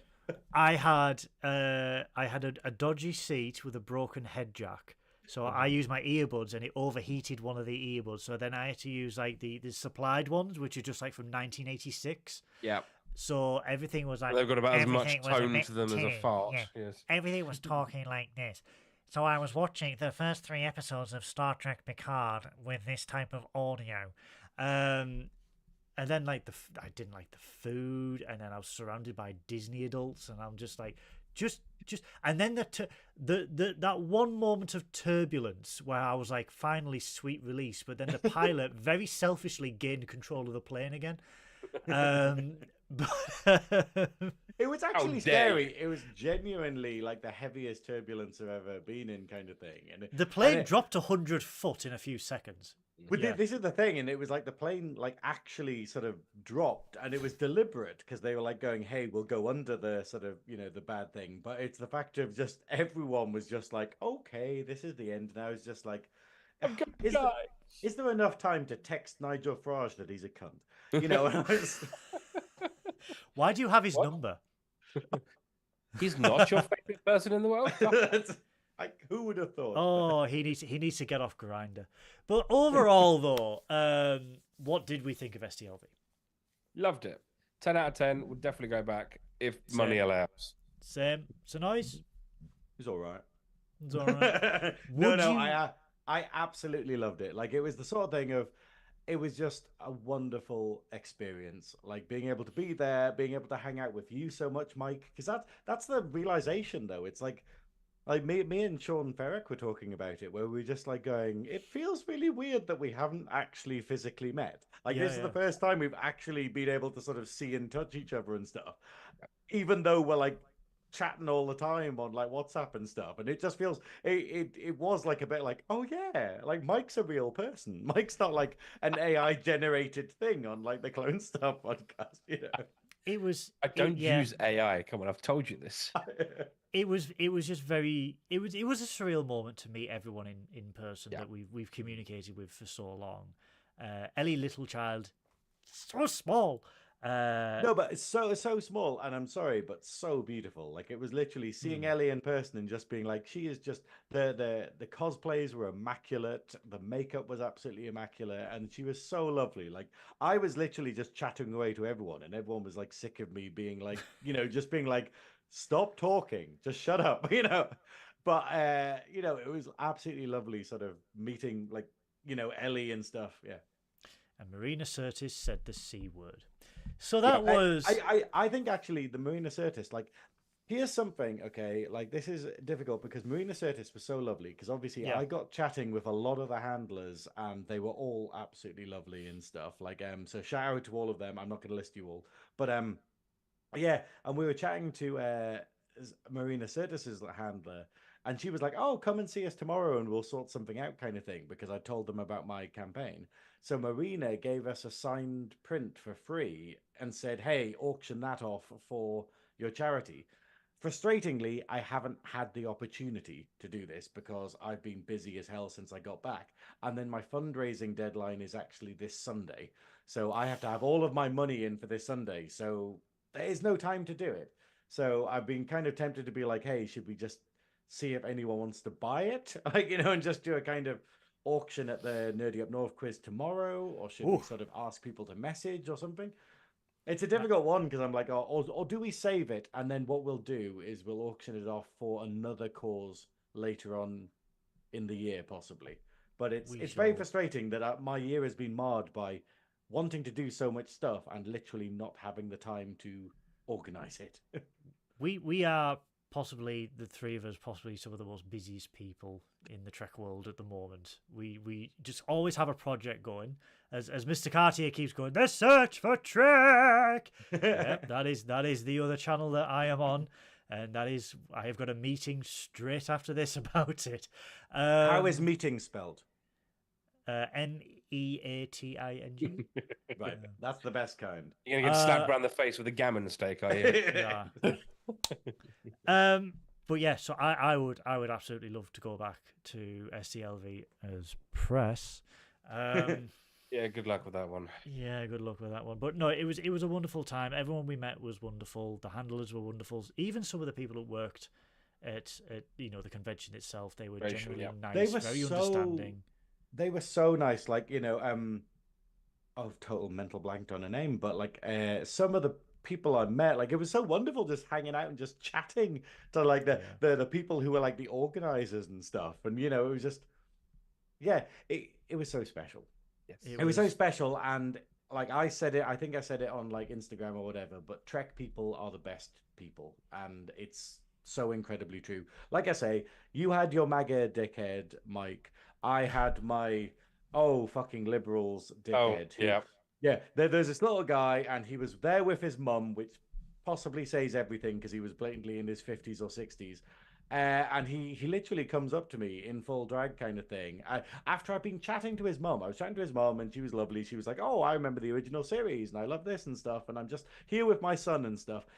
And then, she was wonderful, just having a chat. And then he comes over and starts on the immediate kind of like, "Oh, well, the problem is liberals. There's too many liberals, and they want this and stuff." And you're like, are you aware where you are? Like, Yeah. what the like? And I was like, and so I was kind of saying to him, unironically, like, well, as we learn from Star Trek, we need to start accepting other views and whatnot about that's how. And I was like quoting Star Trek and being like, oh yeah, this is like in this is like the undiscovered country where Kirk manages to get over his bias after experiencing, because he was doing this whole thing of being like, I've never ever met a gay person. So Now you have. yeah, and it was this whole thing of just kind of going, oh, because he was talking about how drag queens shouldn't be around children and stuff, and I'm like, well, you've met me now. I don't seem that dangerous, and it was kind of it was a shame that I had places to be because we had to dash off kind of thing. I would have liked to have spoken to him more, just to be like, I'm the only liberal who he's allowed to speak to him for more than 5 minutes, and like hope to maybe undo some of this damage by just being a nice person. But yeah, it was just weird. But it was a testament to the idea of everyone else there made friends. Every other person who went there on their own ended the convention with new friends in groups with people that they were sharing experiences with and stuff like that. He was always on his own. Every single time I saw him, he was on his own with his mum sitting somewhere waiting for him to get back to her. And it was just like going, I think this says it's like, the Roald Dahl novel, The Twits, where it goes like, hey, people who are nasty are unhappy. So, it's like, and I was like, this is a testament to that, where it's, You're a twit. Yes. yeah. Yeah. Anyway, rant there, but I just wanted to mention that, like, it was the fact of that was one guy, and we are talking about how there were thousands of people there. It was incredible. I saw a number floating around online. I think it was between 6,000 and 8,000 people were there. It makes sense. It does make sense. The sheer size of the convention, it would absolutely make sense. That was our review of STL. Just remember, please think of the carpet. Always think of the carpet. Speaking of thinking of the carpet, though, I think we're receiving an incoming transmission. Incoming transmission. You thought we wouldn't. You thought we forgot about the double wheel. I thought it was Generations, if I'm perfectly honest. No, I've made a captain's decision to move that to the 30th of August because, again, I've got nothing planned at the moment. My life is a mess. Welcome, everybody, to the double wheel of episodes. It's back after a very long time off. For those of you that don't know, and for those of you that are just tuning in to Trekkin Up North, welcome. I love the idea that there's people who have been listening to us for over an hour and a half who are like, I don't know what the double wheel is. Well, I'm about to tell you. This is the double wheel of episodes. Contained within it are all the episodes of Star Trek Asterix in existence. And what we do, we ask each other, what episode do you want to review next week? Because whatever the double wheel lands on, we must review next week. So we ask each other, what do you want to watch next week? Synoiz says Code of Honor. I die a little inside. Our special guest gives us an episode. I suddenly come back to life. I am full of vigour, unless they say Code of Honor, and then I die a little bit more inside. I then suggest a series, one of the episodes of a series I want to watch. And we spin the wheel, and then when it lands, we yell at the top of our lungs, Double! Double like. Double like. Yeah. Fucking double. So yeah, that is the general gist. If this is the first time watching Trekkin Up North, welcome into this madness of unplanned chaos. Science officer Synoiz, Hello. what do you want to review next week? What the great thing is, okay, like I've just literally put TNG back into the wheel because I totally forgot that I was meant to be doing it. So TNG is now back in the wheel. So I'm very, very much wanting the drumhead. I'm wanting the drumhead because it's a great episode to talk about. It's another courtroom episode. It's not, but it's there in the pantheon. Okay. And I really want like that. Like it. Obviously, Code of Honor would be amazing. It wouldn't be an episode if I didn't say we wanted Code of Honor. We've already mentioned it at Destination that we were like talking about Code of Honor. Yeah. Obviously, any DS9, but I think the drumhead is what I'd like, but unlikely. Mike number 1, Mr. Overton of the Clonestar. What would you like to see as review next week? The Inner Light. Oh, Yes. you want to make me cry, you bitch. When that was on at the concert on the Saturday night, I think most people in that room had tears in their eyes. It's a beautiful To hear the song. full 7-minute thing for the Inner Light was beautiful. It is. I've got a recording of the rendition, and it moves me to tears. Yeah. I think we referenced, what was it, Similitude, when we were at the convention, as well as a tearjerker episode. I can't. If we ever get that, I'm done. I don't think I'll I'll be able to admit cope. it was a tough wank, but I managed. God.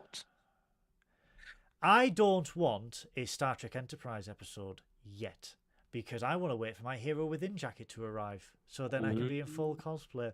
What I want is a DS9 episode. Oh. Specifically, take me out to the Holosuite. Oh, wow. I want something fun, I want something daft, and I want something to do with baseball, because I love baseball. And Big when Fontaine. Vic Fontaine, when I was feeling, one of the days of the convention, I was feeling a bit under the weather, and I went back to the hotel and baseball was on, and it just reminded me of Take Me Out to the Holosuite, and I was filled with the joy and just hopefulness of youth that died when the Tories came into power. But No, that was the economy. that was the economy again. But yeah, Take Me Out to the Holosuite for me. So, ladies and gentlemen, boys and girls, Treks and Trekkers worldwide, in the live chat, in the comments, watching along on your phones, on your tablets, on your TVs, on your PCs, on some sort of potato-powered device. We are about to spin the wheel, and when it lands, you all must comment, you all must say in the live chat, you must shout, you must open a window, you must throw a pigeon through my glass with the word Dabo on it. So are we all ready? In You know what to do at home. 2, Bring the energy. Bring the Code of 1, Honor energy. Go. go! And we are spinning. Oh. Dabo! Get in! Yes! It's because it's a two-parter. We have to review both. That is, we do have to do Star both parts Trek of it. Voyager, Future's End. Cracker episode. Oh! I love this episode. I love these two episodes so much. That is crazy. That is brilliant. Future's End, Memory Alpha. There we go. Oh, I'm so happy. Sarah Silverman is in this, guys. But it has good points. No, it isn't. Yeah, it is. Yeah. So, they've got the wrong fucking screenshot on that. Yeah, that's the one they go back in time and they To the Doctor gets 1996. Yeah. Yes, this is the episode I'm thinking of. Yes, the So mobile synopsis- emitter makes its first appearance. The synopsis for this is: after encountering a Federation time ship from the future, Voyager is sent back to 20th century Earth. It's a Dun, dun, time dun. travel episode. It's Star Not Trek that Voyager. timey-wimey stuff. Ooh, no, don't mention Doctor Who here. We don't want to cross over. If the oh, yes, I'm so happy. I'm so happy. Mind you, Synoiz, this is our third Voyager episode of the Double Wheel. What's going on? The problem is the Dabo wheel is totally random. I've triple, quadruple checked it. It is totally random. So it is just like, this is how the fates have decided. They've gone, hey, fuck tons of Voyager. Like Is I it- even, Lords have decided. I Is it even totally put- random out of all of Voyager, though? That's the thing. Wait, this is the thing. I've literally put TNG back into it today, so we've literally added like 100 extra other episodes in, and it's still gone. No Voyager. Well, at least it's a cracking two-parter that we get It to is. review next week. So, guys, so go on. Join in. What I want to say, like, obviously, join us next week where we will be doing that, and it will be live next week. Yeah, we Dun, can dun, do it dun. live next week, but the week after, where we're doing Generations, will have to be pre-recorded because I will be down in Lindisfarne Festival that week. So, yes, Will you? yeah. We have the final of the competition. We have the final of Mixed Up Great Britain on the 26th of August. And then on the Thursday through to the 2nd of September, I am performing at Lindisfarne Festival. Yes. So, yes. So it's I'm getting my bookings mixed up because I know Synoiz has hired my services for Mr. Gay UK. It's hilarious. The amount of people I know and the fact of going, no, the only person that I trust in, like, you know, totally enough to help me get ready for drag on a really stressful and important day is Goodwill. Because the amount of people I know who they'll just be like, I'm just checking my phone. And you're like, fucking help me. You know, Yeah. I've got a minute to get fully changed into a dress, you fuckers. Do you hear that, Mark? I'm not only a good cameraman, I can get a man in a dress. The And out of one, hopefully. But And I'm only good for a wardrobe, apparently. You had amazing lights. So also, what and I a wanna bath. say- Yes, Sorry. I had a Yeah, bath. I was so pissed off because I won't go into it, okay? Because what I'm going to be doing is I'm going to be streaming on Twitch after this. It's probably not going to be playing games. I'm probably just going to be chatting while I'm working on other stuff. But I'll be streaming on Twitch after this. But basically, one of the rants I'm going to have is about the shit time I had with like the hotels and stuff in Vegas. And I was like, can I get an upgrade or something? And they were like, no. And you're like, oh, okay. Thanks. Is there a room with a bath? No. No. And then I asked Goodwill, and Goodwill's just like, sorry, Mike, you don't know about this, but like, what is it like? Goodwill's like, yeah, they don't really have baths over here because it's like a desert and it's like, you know, like water usage and stuff like that. And then we were checking in your room, like when we were in your room and I was getting ready, we sort of open a door and it's another fucking bathroom, like it's an extra bathroom, and it's got a bath. And I was just like, with Goodwill, I was like, he's got a fucking bath. He's going, who does he think he is? He's got a fucking bath. For those who don't know, we were because I was staying at the Rio. We were kind of using my room as like a central base. So when they came from their hotels to the Rio, they could dump their stuff. Graham could hang his dresses up so they don't get creased and damaged and everything else.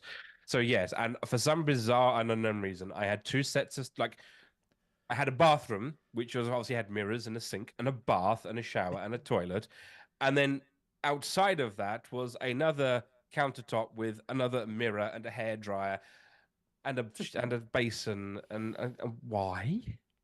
It's like so two people can get ready at once, I guess. But it did seem like excessive. You know? I Yeah, but also- if one I needs a shit also- and the other one's in the shower, you're still stuck with one.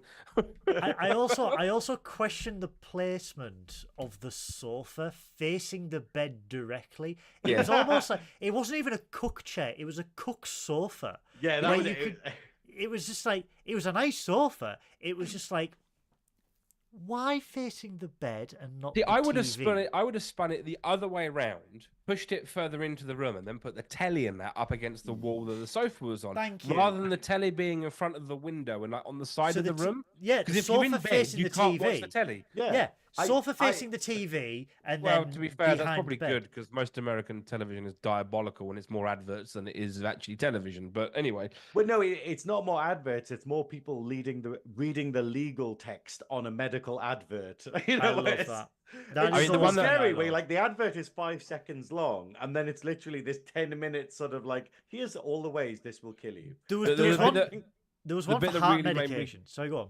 I was gonna say the bit that really made me laugh was I'm watching Good Morning Las Vegas. The host is English, which I thought was kind of ironic, And then he does 3 minutes of talking, and then it's into an advert. And this advert is for real. They are for miniature guns with miniature bullets with a real action, so you can load them and eject them, but they don't fire anything. So you can have a miniature of the gun you've got in your gun safe on your desk. Then followed by an advert slagging off Kamala Harris by Donald J. Trump. It's my God. Yep, you don't get more American than that. Sorry, Mark Cartier. I also agree. A lot of American television is great. You know, I watch my 90% of the television I watch is from America, such as 911 and Blue Bloods and the rest of it. It's not American television, it's the adverts. Oh, it's the adverts. It's how they present American television. The side effect. Hey, you like that 5 minutes of a good show? Here's 10 minutes of adverts. The side effect of this heart medication to prevent heart attacks is heart attacks, hysterical pregnancy, anal leakage, impotency in women, the ability to see through time, the ability to read catalogues, blood for tears, occasional death. And you just like, what? Can we just go back and elaborate on hysterical pregnancy, please? Good Lord! I've never been more curious as to what a condition is than that. Good Lord! Yeah, I'm just agreeing with Lord, Mark. I'm up the dough. I'm just agreeing with Mark here. He says he has small starships on his desk. As you can see, so do we all. And he pays for not watching adverts, which I totally, fully agree with. It just makes me laugh that television has gone back to how it was in the early 2000s. Because if you remember, we had television with adverts. Then came the DVR, where we could record the television and skip the damn adverts. Then we had digital television with no adverts. And now we've got digital televisions where we can't skip the fucking adverts.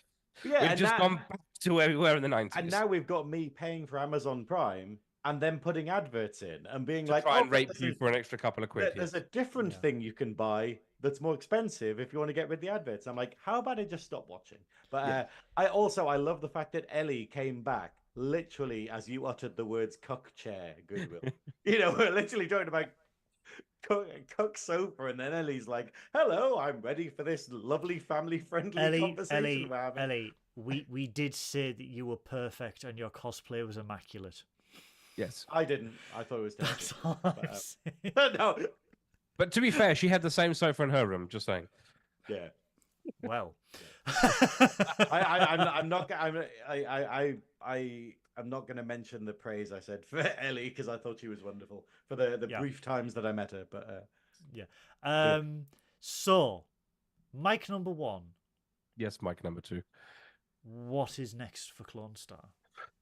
Next for Clonestar, that's a very good question. We have just launched our Patreon, which went live, I think, at 10 o'clock last night or something along those lines, purely just to try and help with keeping some of the costs, such as website hosting. And there are a couple of incredible guests that we would really love to talk to and obviously bring their stories to the masses, but they charge some gold press latinum, so we need some gold press latinum in return to pay them. So yes, it's £2 a month, nothing fancy.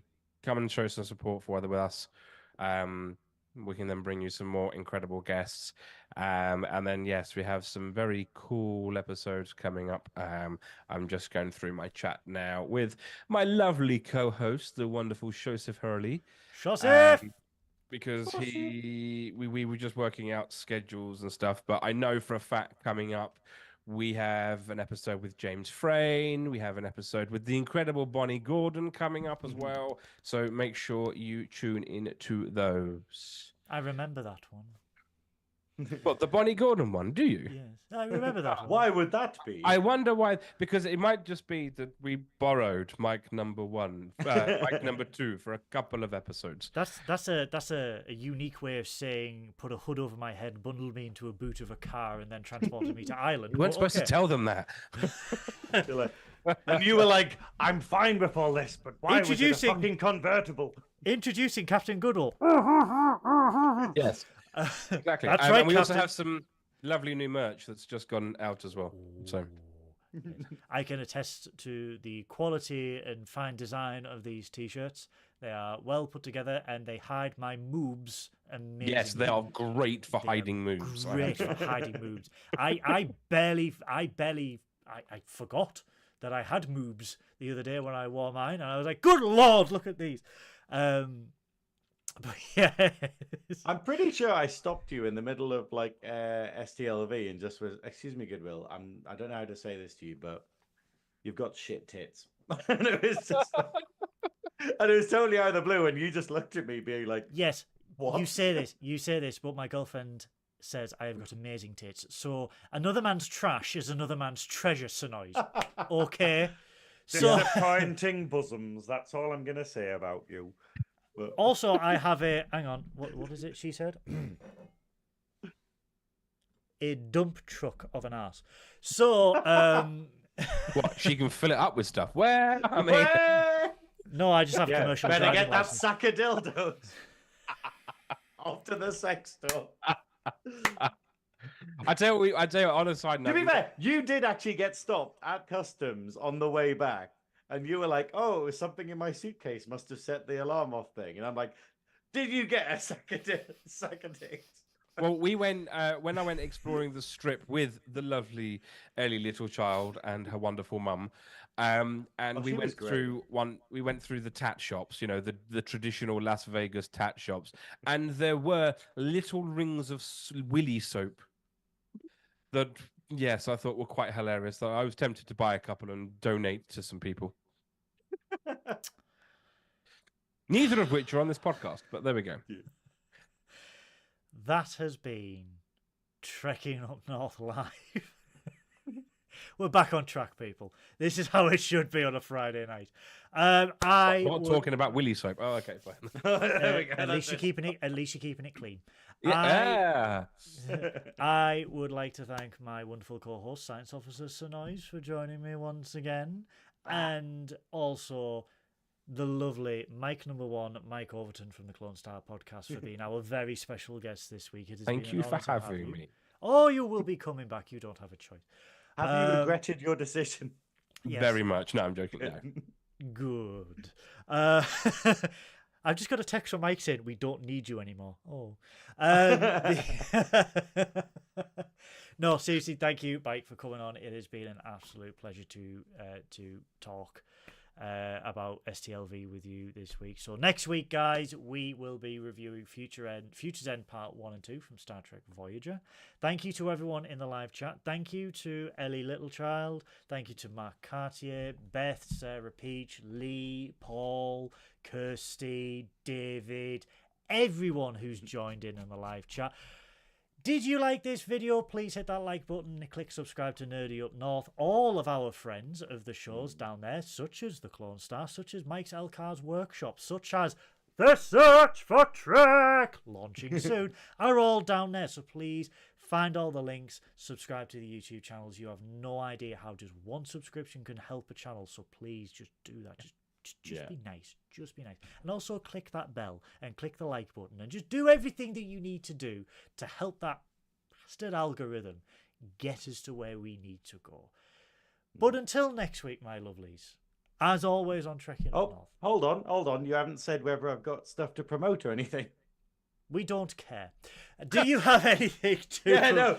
Yeah. It's because it's the most important time. Yeah, because the fact is, my fundraising deadline is Sunday. So if you're watching this live, it's Sunday. But basically, for my mixed drag campaign, if you go to thevelvetsnatch.com/donate, if you want to buy any merch from the store, but I don't make as much money from charity from the merch. But if you have a couple of quid, even just a tenner or something that you can like put into the campaign before Sunday, it really helps, and it can push me towards actually winning the competition, because the actual competition is literally less than 2 weeks away when we find out whether all this hard work, and it's been a lot of hard work that I put into it, gets me the win. So yeah, if you would like to support me, please go to thevelvetsnatch.com/donate.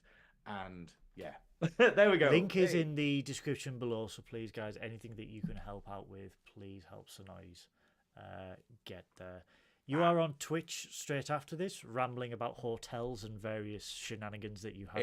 The problem Las is I've got to Vegas. work out the stuff for the quiz tomorrow because I've still got to go through all the questions and sort of all work it out. So we're basically just going, okay, I need to do that, but I also need to Twitch. So yeah, so what we'll do is we'll just have me chatting randomly to everyone while I'm sorting out all these images and bingo and stuff like that. I will send you the images that you need for a certain round as well. So don't worry about that. I will say either tomorrow morning or tonight. But I will send you them because there is the Nerdy Up North quiz, which is sci-fi tomorrow at Geek Retreat at 5 o'clock. Geek Retreat in Sunderland. I'm really excited. Just as a little bit of a spoiler, one of the rounds is badly described sci-fi, and it is one of the most fun things I've ever seen, where it's literally like sci-fi shows and movies, but like with the most terrible descriptions ever. And yeah, Jess put that together, and it is absolutely brilliant. So yeah. So we will both be there for the Nerdy Up North quiz. So if you're in the area, if you are around Sunderland, please come in, have a laugh, donate to charity. Don't give me a teapot. Oh yeah. We have another wonderful teapot auction coming where you can buy either for yourself or to donate to Goodwill, so he has to own it forever. You can get running out of space. You can give to charity and give Goodwill suffering. I mean, this is, what's the hate? Goodwill. Perhaps you need to give them to Goodwill in America. Yeah, that's what I'm going to do. That's what I'm going to do. Is there anything else you would like to promote before we end? No. LCARSworkshop.com. Yeah. LCARSworkshop.com. Link in description below. Yep. Until next week, my lovies, I want you all to stay safe, live longer, prosper, and as ever, on Trekkin Up North. Miles. Miles. Miles. Miles. Umbop.